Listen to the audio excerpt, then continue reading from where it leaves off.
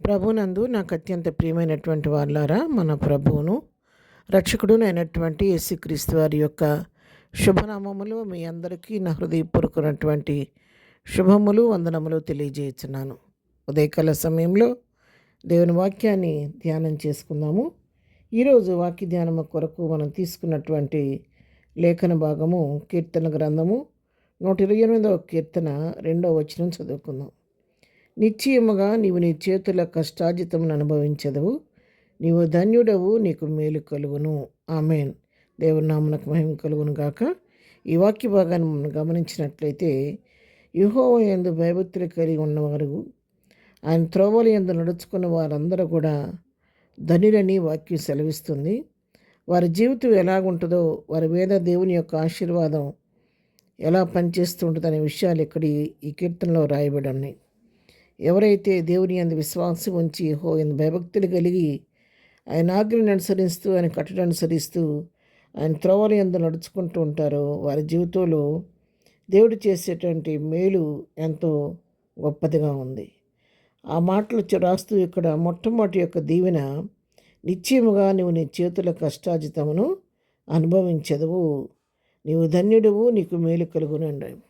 ఇక్కడ ఎవరైతే భయభక్తిగా ఉంటారో వారు నిశ్చయంగా తమ చేతుల కష్టార్జితాన్ని వాళ్ళు అనుభవిస్తారు. అంటే ఒకరిపైన ఆధారపడకుండా వారు తన స్వయం శక్తి మీద ఆధారపడి కష్టపడి పని చేసుకొని కష్టపడిన దాన్ని తగినటువంటి ఫలితాన్ని జీతాన్ని పొందుకొని వాళ్ళ కష్టార్జితాన్ని వాళ్ళు అనుభవిస్తూ ఉంటారు. వారు అనుభవించడం మాత్రమే కాదు, వాడు తిని తృప్తి పొంది ఇతరులకు కూడా సహాయం చేసే స్థితిలో దేవుడు వారిని ఆశీర్వదిస్తాడు.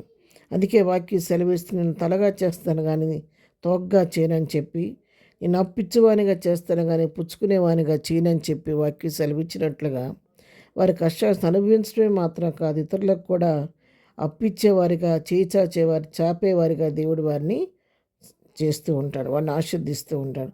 అందుకే అలాంటి వారిని దేవుడు నువ్వు ధన్యుడువు, నీకు మేలు కలుగునని చెప్పి రాస్తూ ఉన్నాడు.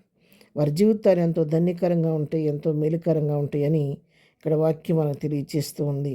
వారి జీవితంలో ఇంకా అనేకమైన మేళ్ళు ప్రభు అనుగ్రహిస్తూ ఉంటారు. వారి జీవితంలో తన భార్య ఫలించి ద్రాక్షవల్లి వలె ఉంటుందంట. వారి పిల్లలు వారి భోజనం బల చుట్టూ ఒలివ మొక్కల వలె ఉంటారంట.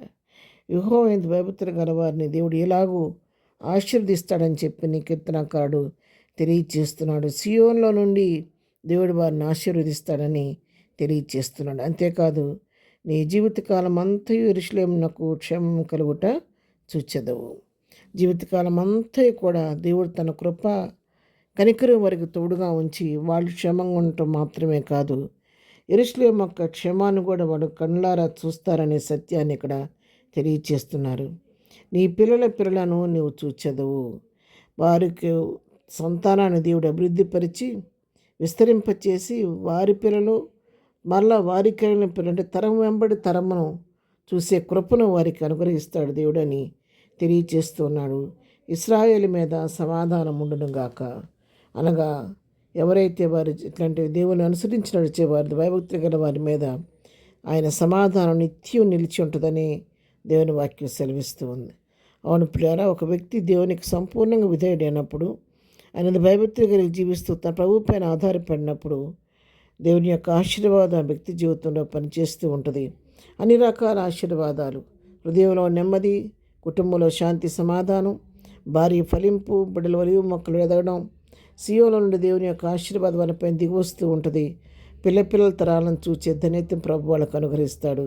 అంతేకాదు, వారి జీవితాలు ఎప్పుడు కూడా సమాధానకరంగా ఉంటాయి. కాబట్టి ఉదయకాలం వాక్యం నీతో నాతో ప్రభు మాట్లాడుతుండగా మనం ప్రభు యొక్క ఆజ్ఞలను అనుసరించే వారమైతే, ఆయన భయభక్తులు కలిగిన వారమై ఉండి ఆయనతో నడిచే వారమైతే ఈ దీవెనలని నీకు నా గొడవటానికి ప్రభు సిద్ధంగా ఉన్నాడు. కాబట్టి ప్రభు ఇచ్చే ఆశీర్వాదాన్ని పొందుకుంటూ ముందుకు సాగిపోదాం.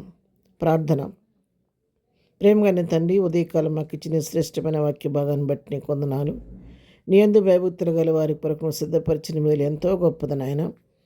నీ యందు భయభక్తులు కలిగి నీ త్రోవల యందు నడుచుకునే వారి పట్ల నువ్వు చేసే మేలు అన్నిటిని గురించి మేము తలపోస్టాన్ని కృప చూపించారు. అలాంటి ధన్యత మా జీవితాల్లో కూడా మాకు కలుగు చేయండి. ఈ దినం వాక్యం వింటున్న ప్రతి బిడ్డ జీవితంలో ఈ ఆశీర్వాదాలు సమృద్ధిగా మరి కుమ్మరించబడడానికి సహాయం చేయండి.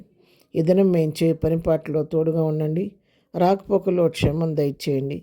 ఈ దినం బర్త్డే మ్యారేజ్ చేసుకొని బిడ్డలను దీవించండి, ఆశీర్దించండి. బలహీనంగా ఉన్న వారిని ముట్టండి, స్వస్థపరచండి. దుఃఖంలో ఉన్న వారిని ఓదార్చండి, సమస్యలు ఉన్న వారిని విడిపించండి. ఇబ్బందులు ఇరుకులు ఉన్న వారిని తప్పించండి. ప్రతి వారి పట్ల మేలు చేయండి. చేయి ప్రతి పనిలో జయం దయచేయమని యేసునామములో ప్రార్థించడి పొందుకొని ఉన్నాము తండ్రి. ఆమెన్.